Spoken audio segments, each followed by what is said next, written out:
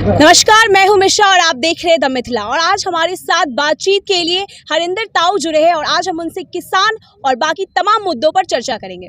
ताऊ, सरकार ने किसान बिल वापस ले लिया, अब क्या लगता है आगे की क्या रणनीति है किसानों की? देखिए, अभी हमारी एमएसपी पे गारंटी का कानून जी, जो हमारी सबसे बड़ी मांग थी, जी, अभी वो रह रही है। जी, जो इस आंदोलन के दौरान हम लोगों पे 50-55 हज़ार मुकदमे लगे हैं, जी, वो वापस होने हैं। जी, जो 750 के करीब किसान हमारे शहीद हो गए हैं, जी, उन पे सरकार क्या बात कर रही है। जी, और पराली का बिल है, बिजली अमेंडमेंट बिल है, सीड बिल है, इन सब पे एक कमेटी बनेगी। जी। वो कमेटी बन जाए फिर किसान घर जाएगा। ताऊ, सरकार का कहना है कि उनके पास आंकड़े नहीं हैं। ये सरकार की गलती है। जी, और अगर उनके पास आंकड़े नहीं हैं जी, तो गृह मंत्रालय को हम अपनी किसानों की एक लिस्ट देते हैं, जी, वो हमारे आदमियों को लाए ढूंढ के। अगर वो ये कह रहे हैं कि उनकी मृत्यु नहीं हुई है जी। तो वो गुमशुदा है। अच्छा। तो सरकार बताए वो कहाँ है। ताऊ, मेरा सवाल आपसे ये है कि चलिए मान लीजिए सरकार ने अभी बिल वापस ले लिया, मगर अगर सरकार ये बिल तीनों कानून अगर वापस ले आती तो क्या लगता है बॉर्डर पर जो इतने भारी तादाद में किसान अभी आए थे, क्या दोबारा धरना देने के लिए ये किसान वापस आ पाएंगे? देखिए, अब जिंदगी भर का तो कोई बात नहीं है। जी, फिलहाल में बिल आए, हाँ, किसान और पूरा देश इन बिलों के खिलाफ लड़ा जी, और लड़ने के बाद इन्हें वापस करा दिया। अब कोई सरकार इन्हें ला नहीं सकती। और मगर अगर लाएगी हाँ, तो किसान भी यही हैं और किसान के ट्रैक्टर भी यही हैं। तो मगर ये कहा जा सकता है कि अगर ये कानून वापस आते हैं तो आंदोलन वापस हो सकता है। बिल्कुल होगा, क्यों नहीं होगा। अच्छा। ताऊ, मेरा दूसरा सवाल आपसे ये है कि राकेश टिकैत जी ने ये कहा है कि सरकार किसानों को बांटने की कोशिश ना करे, तो क्या ये कहा जा सकता है कि किसानों को बांटना इतना आसान है? देखिए, आसान नहीं होता। जी, सरकार बहुत ताकतवर होती है, उसके पास सारी एजेंसियां हैं, हाँ, तो वो अपनी चाल खेलेगी। अच्छा, और किस तरह की चाल? एक साल से वो चाल खेलती आ रही है। हाँ, उसने सारा मीडिया, जिसे आप मेन स्ट्रीम मीडिया कहते हो, जी, उसने सारा अपने अंडर में कर रखा है।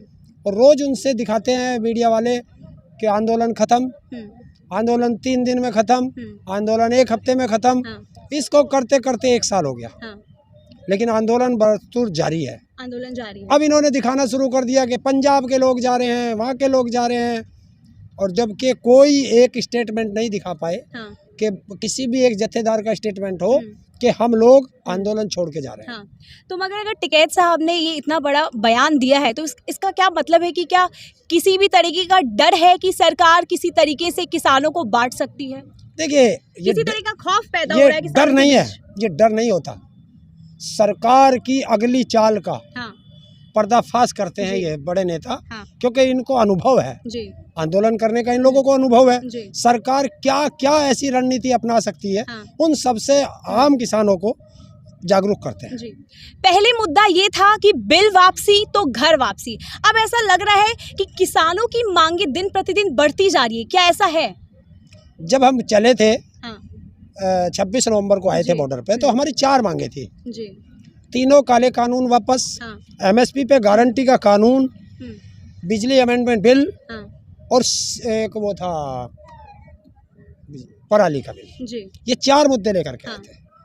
अब 4 मुद्दों में अगर ये जो तीनों काले कानून अगर मोदी जी नहीं लाते हाँ, तो हमारे ऊपर ये मुकदमे नहीं लगते। जी, अगर ये तीनों काले कानून नहीं लाते हम्म, तो हमारे 750 से ज़्यादा किसान शहीद नहीं होते। हाँ, तो इस आंदोलन के दौरान जो घटनाएं घटी उनके बारे में तो बढ़ेगा ना वो। जी, तो एमएसपी तो हमारा पहले से मांग था। हाँ, 2011 में मोदी चीफ मिनिस्टर थे गुजरात के, तब एक कमेटी बनी थी और ये उसके अध्यक्ष थे, और इन्होंने उस कमेटी की रिपोर्ट बना के, फाइल बना के मनमोहन सिंह जी को दी थी। जी, मनमोहन सिंह जी प्रधानमंत्री थे हाँ, कि किसानों को एमएसपी मिलनी चाहिए। हम्म, तो तब ये किसानों के वकील थे, और आज ये जज हैं। तो जज हैं तो फैसला सुनाए। तो ताऊ, मेरा एक सवाल आपसे ये है कि ये आंदोलन सिर्फ बीजेपी सरकार में क्यों हो रही है? ये पहले की सरकार में ये आंदोलन क्यों नहीं हुआ? कौन कह रहा है नहीं हुआ? 2013 में मनमोहन सिंह की सरकार थी, हाँ, तब हम आंदोलन किया था जंतर मंतर पे। हाँ, वो 1987 हाँ, 27 दिन आंदोलन किया था हम लोगों ने मेरठ में। जी, 1988 में हमने आंदोलन किया था वोट क्लब पे, और बीच बीच में आंदोलन चलते रहे हैं। ऐसा नहीं है, हमारा किसी सरकार से कोई दोस्ती नहीं, हाँ, और किसी सरकार से हमारी दुश्मनागी नहीं। हाँ, जो सरकार गलत नीति लेके आएगी हाँ, हम लोग उसके खिलाफ आवाज उठाएंगे। अच्छा ताऊ, अभी अभी अखिलेश यादव का रैली हुआ है झांसी में, जहां पे ये कहा जा रहा है कि इस बार 2022 में अखिलेश की सरकार आने वाली है, और ये दावा किया जा रहा है समाजवादी पार्टी की तरफ से। तो क्या लगता है, क्या इस बार 2022 में प्रदेश में अखिलेश यादव की सरकार आ सकती है? देखिए, जनता है जी, इस सरकार से, योगी सरकार से किसान दुखी, हाँ, युवा दुखी, जी, महिला दुखी, बेरोजगार दुखी, छोटा व्यापारी दुखी, रेडी पटरी वाला दुखी। कौन इस आदमी से सुखी है? और जो आदमी सरकार से दुखी है तो वो उस सरकार को वोट नहीं देता। ये पहले से इतिहास रहा है। जी, और उत्तर प्रदेश का इतिहास है कि जो जिला पंचायत के चुनाव जीतता है जी, उसकी सरकार चली जाती है। हाँ, ये 1995 से आज तक का इतिहास है। और उत्तर प्रदेश में किसी की सरकार दोबारा रिपीट नहीं हुई। हाँ। ये भी उत्तर प्रदेश का इतिहास है। तो लोग कयास लगा रहे हैं। और बहुत हुई महंगाई की मार, हाँ, तो महंगाई पे ये लोग आए थे। हाँ, आज मोदी महंगाई का ABCD नहीं बोलता है। हाँ। मगर आज योगी रोजगार सरकार का नहीं बोलते। योगी सरकार की तरफ से और बीजेपी की तरफ से ये दावा होता है कि उत्तर प्रदेश में महंगाई कम हो गई है। 950 रुपये का सिलेंडर 900 का मिल रहा है। जी, पेट्रोल डीजल महंगा मिल रहा है। जी, सरसों का तेल कोई सा सस्ता हुआ है। कौन सी चीज़ महंगाई में कम हुई है हाँ। उत्तर प्रदेश में, उसका एक लिस्ट बना दो। हाँ, और आप पत्रकार हो, जी, मैं औरों की छोड़ दो, उत्तर प्रदेश सरकार के 5 काम कोई मुझे गिना दो जो उन्होंने किए हों। जी। अच्छा ताऊ, एक बयान सामने ये भी आया है कि 300 करोड़ लोगों को रोजगार मिला है उत्तर प्रदेश में, जबकि उत्तर प्रदेश की कुल आबादी 22 करोड़ है। तो इसके ऊपर क्या कहना चाहेंगे आप? देखिए, ये एक झूठ बोलने का तरीका है। हाँ, आबादी 22 से 24 करोड़ के बीच में है, जी, और 300 करोड़ लोगों को इन्होंने रोजगार दे दिया। है। हाँ, तो वो हो सकता है अमेरिका वगैरह कहीं बाहर के लगा लिए हो। अच्छा, जिस तरीके से मोदी जी ने एक प्रदेश में खड़े होकर कहा था हाँ, कि 600 करोड़ लोगों ने मुझे वोट दी है, हाँ, तो ये ऐसे जुमले फेंकते हैं। जी। समाजवादी पार्टी की तरफ से ये कहा गया है कि बीजेपी के ऊपर एक इल्जाम लगाया गया है कि बीजेपी गरीबों का पैसा छीनकर अमीरों की जेब भर रही है। तो क्या लगता है, कितनी सच्चाई है इस बात में? 100% सही है। अच्छा, देखिए, गरीब, गैस महंगी, हाँ, रोजगार है नहीं, हाँ, मजदूरी मिलती नहीं, हाँ, हर चीज़ महंगी है, हाँ, तो ये क्या कर रहे हैं? तो गरीब का ही तो पैसा जा रहा है। रोजगार है नहीं, खाने के लिए रोटी तो चाहिए, जी, और वो भी महंगा है। हाँ, तो जब हमारे लिए भोजन ही महंगा हो गया और रोजगार है नहीं, तो क्या करेगा लोग? और इस कोरोना काल के दौरान दुनिया का कोई भी उद्योग धंधा नहीं चला, सब बंद थे। और अडानी अंबानी की दौलत बढ़ती जा रही है। वो कैसे बढ़ी? सिर्फ एक किसान ऐसा था जो इस पूरे कोरोना काल में सरकार की GDP को थाम के रखा था। हाँ, मगर GDP तो अब बढ़ गई है। अब की बात नहीं, मैं कोरोना काल की बात अच्छा, कर रहा हूँ। ठीक है। और वो कोरोना काल में किसान ने GDP थामी, हाँ, और किसान 12 महीने काम करता है। हाँ, वो आज भी गरीब है, भुखमरी के कगार पे आत्महत्या कर रहा है। जी, और उद्योगपति ने आप मुझे 2 उद्योगपतियों के नाम बता दो हाँ, जिन्होंने गरीबी के कारण सुसाइड किया हो। और मैं 25 लाख लोगों का, किसानों का बता सकता हूँ हाँ, कि 25 लाख से ज़्यादा किसानों ने हाँ, आत्महत्या की है। अच्छा, और 2016 से, जब से ये मोदी आए हैं, 2016 से इन्होंने आंकड़े रखने बंद कर दिए हैं।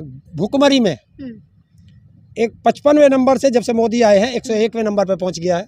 देश का सारा पैसा इन्होंने बैंकों से निकाल लिया है। हाँ, सारे उद्योग धंधे बेच चुके हैं जो सरकारी थे। हाँ, तो वो पैसा जा कहाँ रहा है? हाँ, वो जा रहा है मोदी की लोकप्रियता बढ़ाने के लिए, जो गिर चुकी है। हाँ।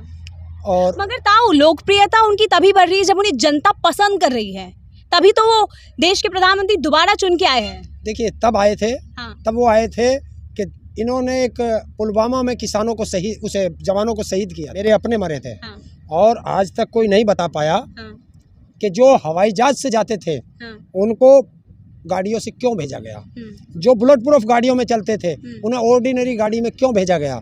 हमारे देश के अंदर 300 किलो RDX कहाँ से आया, हाँ, कैसे वो उस जगह पे पहुंचा, किसके द्वारा पहुंचा, किस बॉर्डर से अंदर आया, कौन व्यक्ति लेके आया, आज तक नहीं बता पाए। क्यों?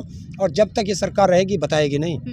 अच्छा, मेरा आपसे आखिरी सवाल ये है कि 4 दिसंबर को किसान बैठक होने वाला है, तो क्या लगता है किन मुद्दों पर बातचीत होगी और आगे की तैयारी किस तरीके की होने वाली है? देखिए, अब पूरा 1 साल हमसे ज़्यादा हो गया जी, इस पे सारी चर्चाएं होंगी। हाँ, MSP पे गारंटी का कानून, हाँ, इस पे चर्चा होगी। हाँ, जो हमारे 750 से ज़्यादा किसान शहीद हो गए, इस पे चर्चा होगी।